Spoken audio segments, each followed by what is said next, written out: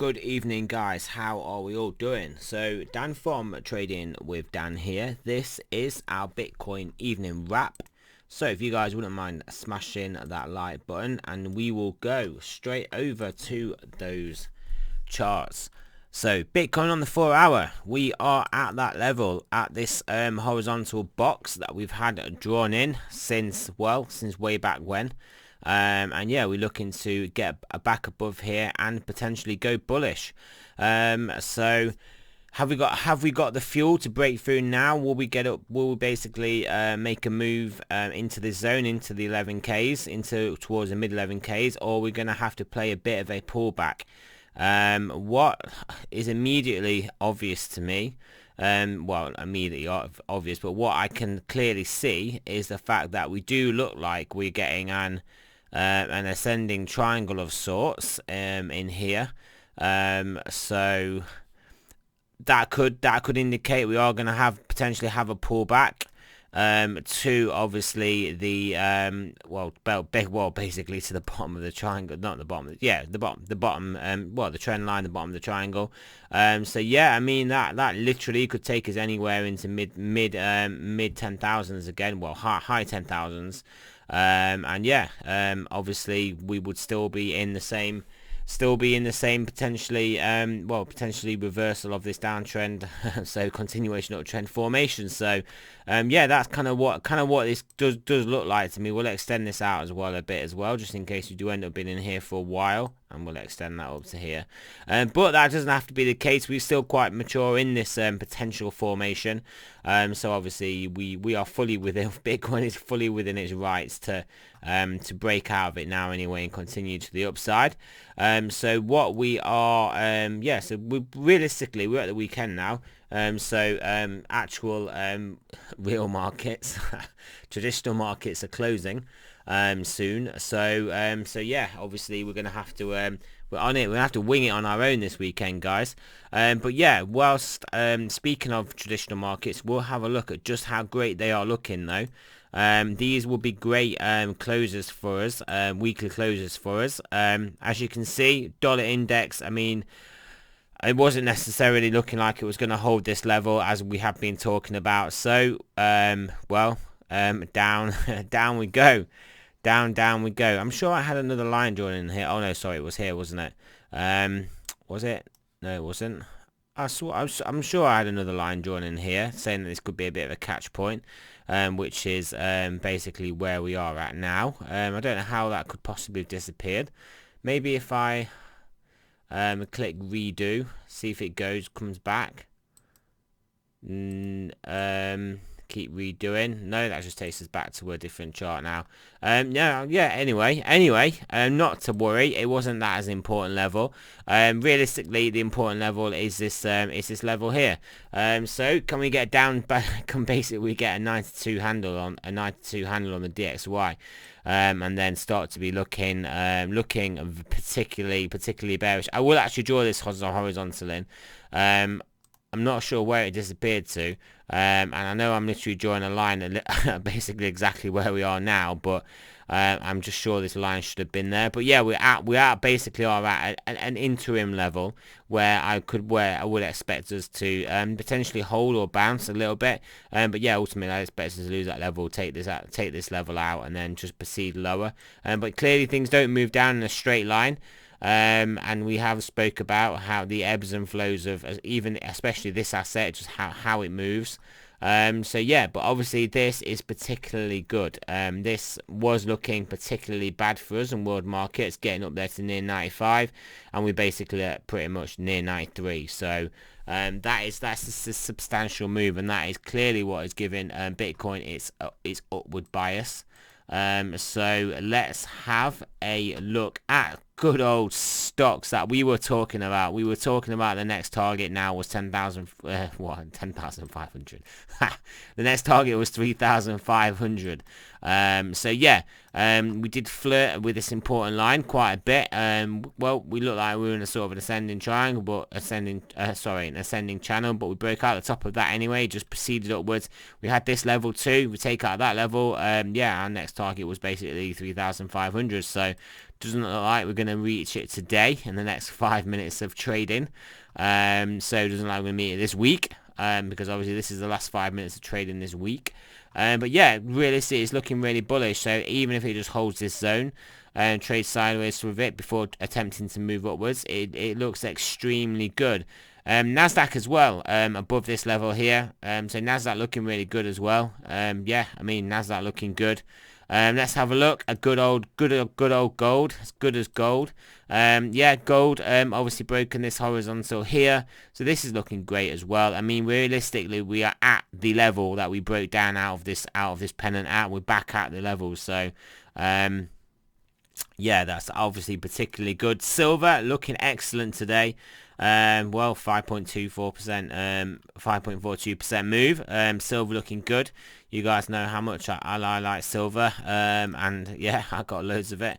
But yeah, we are looking good. We are looking good here. Obviously taking out this horizontal.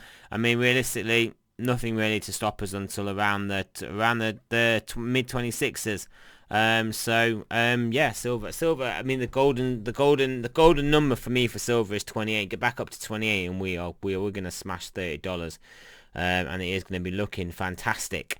Euro US dollar as well, as you can see, looking similar to Bitcoin, dropped out of our channel, and we are now back in the main zone, in the main area now, back above this high, back above this this horizontal. We are back into the zone, which well, for me, it's equivalent of the 11 to 12k Bitcoin, so this is extremely good. And well, if we take out this level, just yeah, I mean, if you can see, if we get back up to the top of here and it's just like a blip lower, then yeah, I mean, all bets are off and we are going to the races. Ethereum has hit that level we're talking about, the 360, the 360 level. This is the dollar levels, dollar pairing. So yeah, broken this trend line, so realistically we expect this to be constructive as of here, unless it's a fake out. But well, it's not a fake out until it is, and currently it isn't. So, and Ethereum, Bitcoin as well, nicely bouncing off the level. I mean, you could potentially draw this trend line in a slightly different way, but either way, we're going to be above it however you draw it. Obviously a nice horizontal level here that we will draw in. A nice horizontal here, so which is basically where we're at now. So yeah, take out this horizontal, we're taking out the trend line. Yeah, upside basically. That's yeah. And then I think basically we will be game on again in crypto if we do this. So either we are getting like the green shoots of a great turnaround for all markets back to how we had been doing, or we just get an incredible fake out. So yeah, Bitcoin dominance as well. We've got this trend line we need to break to come back down in Bitcoin dominance, and that'll clearly be good for the alts as well. So yeah, main markets done. But yeah, the main thing today is we had that pump up. We were talking about how we were looking like a bull flag. We needed to extend higher. I did say even in the Telegram group before we broke above here, I was like, wait, basically if we get to if we break above 10,840, I think I said, then realistically there's nothing really stopping us up to 11,100.